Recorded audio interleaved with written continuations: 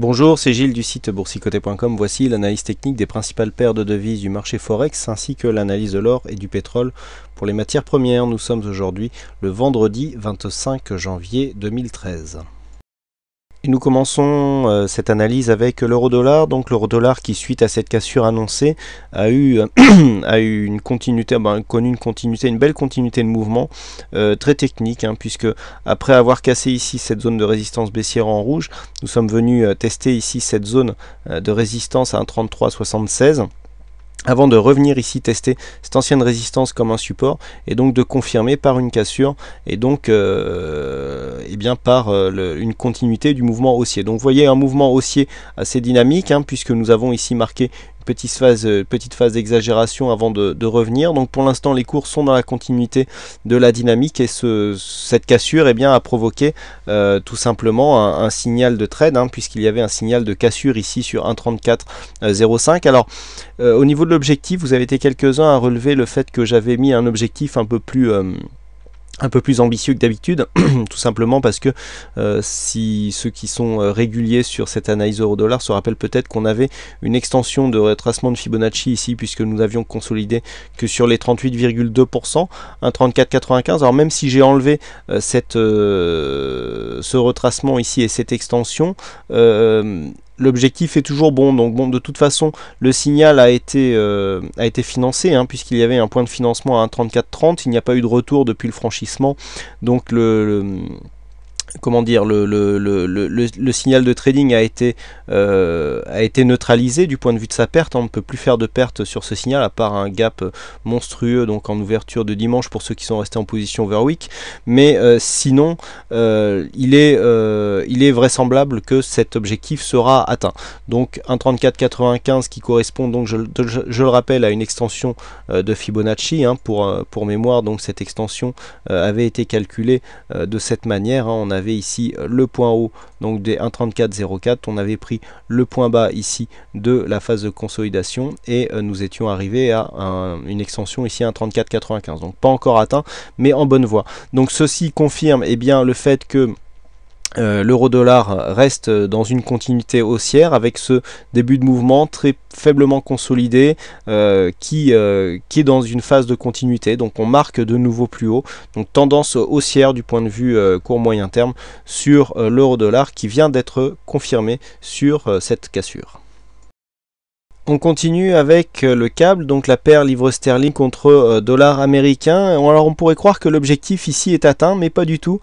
Si on regarde le support ici qui était tracé à 1,5744 et que l'on regarde le point bas de cette bougie là sur les cotations IG Market, nous sommes à 1,5746. Donc il manque 2 pips pour atteindre l'objectif qui était annoncé. Bon, je suis désolé, la prochaine fois j'essaierai d'être plus précis. Quoi qu'il en soit, et pour finir avec les plaisanteries, l'objectif est quasiment atteint, bien sûr, il s'agit d'un détail. Nous avons donc une phase de continuité baissière qui, suite à cette cassure ici, est venue valider le support qui se trouve en dessous. On revient ici sur un rebond technique cherché à moyenne mobile 20 exponentielle. On teste ici cette zone comme une résistance, mais vous voyez que la tendance est toujours relativement bien installée. Un rebond technique ici souligné par le MACD et les oscillateurs qui sortent ici de leur zone de survente. Donc le câble se situe toujours dans cette continuité avec une tendance très régulière qui reste bien sous sa moyenne mobile 20 exponentielle, donc tendance fortement exploitable avec de nombreux points de contact, de nombreux points d'entrée, malgré ici un petit manque de dynamisme, mais on le voit avec des niveaux techniques qui sont assez bien respectés, tant au niveau des objectifs que des retours. Donc toujours une continuité donc de cette tendance, et donc maintenant il faudrait un dépassement ici des 1,5894 pour sortir de cette tendance baissière. Sur le dollar yen, par contre, j'anticipais plutôt une sortie ici de cette tendance haussière par une évolution en range. Bon, là pas de problème, je me suis trompé. On a eu une cassure aujourd'hui hier soir, donc des 90-10 qui a validé la continuité haussière de cette tendance. Donc il est clair que la tendance ici est en phase de continuité. On change de dynamique puisque l'on voit ici les plus bas qui sortent de cette zone. On avait une première sortie ici et puis là on change de dynamique. Donc on est sur une autre dynamique, hein. Je dis souvent que c'est pas parce qu'on sort d'une dynamique haussière que l'on doit forcément consolider. Et bien là c'est tout à fait ce qui est en train de se passer, puisque on le voit, hein, les plus bas significatifs sont toujours de plus en plus hauts, et les plus hauts aussi. Donc on est toujours sur une tendance haussière, mais qui est beaucoup moins dynamique que la précédente. Alors là nous sommes arrivés dans zone de surachat. Le MACD nous donne un joli retournement, hein, très belle amplitude, avec un retournement ici qui semble très significatif. Donc la zone ici des 91, eh bien, qui semble s'imposer comme une zone de résistance significative, hein, puisqu'un retournement est en train de s'effectuer sur cette zone. Donc retournement qui pourrait ici revenir valider la zone des 90-10 comme une zone de support, hein, puisque cette zone était précédemment une zone de résistance, auquel cas nous aurions un beau signal de continuité de mouvement. Si nous appliquons les retracements de Fibonacci donc sur cette phase directe, eh bien nous avons une zone donc des 23,6 qui correspond à la zone de début de consolidation, avec une zone donc des 90 tout rond. Alors là ça ne s'invente pas, c'est assez rare. Ah non, 99,999, bon 90 tout rond, qui correspondent aux 38,2% de Fibonacci. Donc quand je vous disais qu'on reviendrait certainement ici tester cette zone à 10 pips près, eh bien cette zone équivalente, et donc elle correspond aux 38,2% en retracement de Fibonacci. Donc zone, objectif de consolidation qui serait certainement dans cette zone, et donc ce tant que les 91,20 ne sont pas cassés à la hausse. On continue avec l'or, donc l'or qui, après son contact ici avec les 1664, personnellement j'aurais attendu un petit mouvement ici de rebond technique, hein, qui avait été signalé ici par les indicateurs. En fait le rebond technique a été vraiment très court, pas exploitable selon moi, et donc suite à ce retournement ici, eh bien on continue sur la tendance baissière. Donc l'objectif reste clairement ici maintenant les 1652 dollars l'once. Alors nous avons ici sur les retracements par rapport à la tendance directe ici un dépassement des 50%. Donc nous sommes dans la zone 50-61,8. C'est la zone où eh bien soit l'on se retourne, soit si on casse ici la zone des 1652,9 dollars l'once, on est à 1653,2 sur les 61,8% de Fibonacci. Et bien si on casse donc cette zone des 1653, eh bien il y aura une grande probabilité de retracer l'intégralité de la tendance, à savoir un retour sur les 1628 dollars l'once.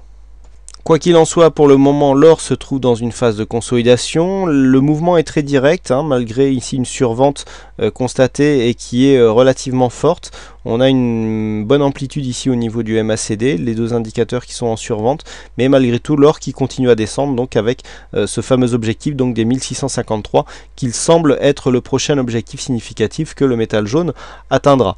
Donc pour l'instant, le niveau de sortie de cette tendance se situe à 1672,4 dollars l'once, et tant que cette zone n'est pas cassée à la hausse, eh bien nous considérerons que l'or se situe dans une tendance baissière court terme. Et enfin nous terminons avec le WTI, donc le WTI qui suite à sa sortie ici de dynamique s'installe bien lui dans une phase de range. Alors on a une zone ici, une zone de point bas qui se situe entre 94,80 et 95 dollars le baril. Du point de vue de la zone de point haut, on est entre 96,90 et 97 dollars le baril. Donc là pour l'instant, ce range ici est séparé en deux par la résistance des 96,20, et aujourd'hui eh bien les cours ont oscillé entre, on va dire, plutôt dans la partie basse du range, puisqu'on a marqué des points intermédiaires entre 95,40 et 96,50. Donc le WTI qui se situe toujours dans une zone d'évolution sans tendance, hein, tendance neutre, et pour laquelle soit nous aurons une cassure ici des 94,90 à la baisse, soit des 97 à la hausse pour sortir de ce range. Mais sinon, du point de vue de la tendance de fond, on est dans une dynamique légèrement haussière, hein, comme le confirme ici ce graphe un peu plus éloigné. Voilà, donc le WTI qui reste dans une tendance haussière, même si d'un point de vue court terme, donc une tendance haussière moyen terme, même si d'un point de vue court terme ici, la dynamique semble interrompue. Voilà ce que l'on peut dire donc sur ces analyses techniques Forex et matières premières. Il ne me reste plus qu'à vous souhaiter à toutes et à tous une bonne soirée, bonne chance dans votre trade futur et donc je vous retrouve dès la semaine prochaine pour d'autres analyses techniques en vidéo. Bonsoir à tous et bon week-end.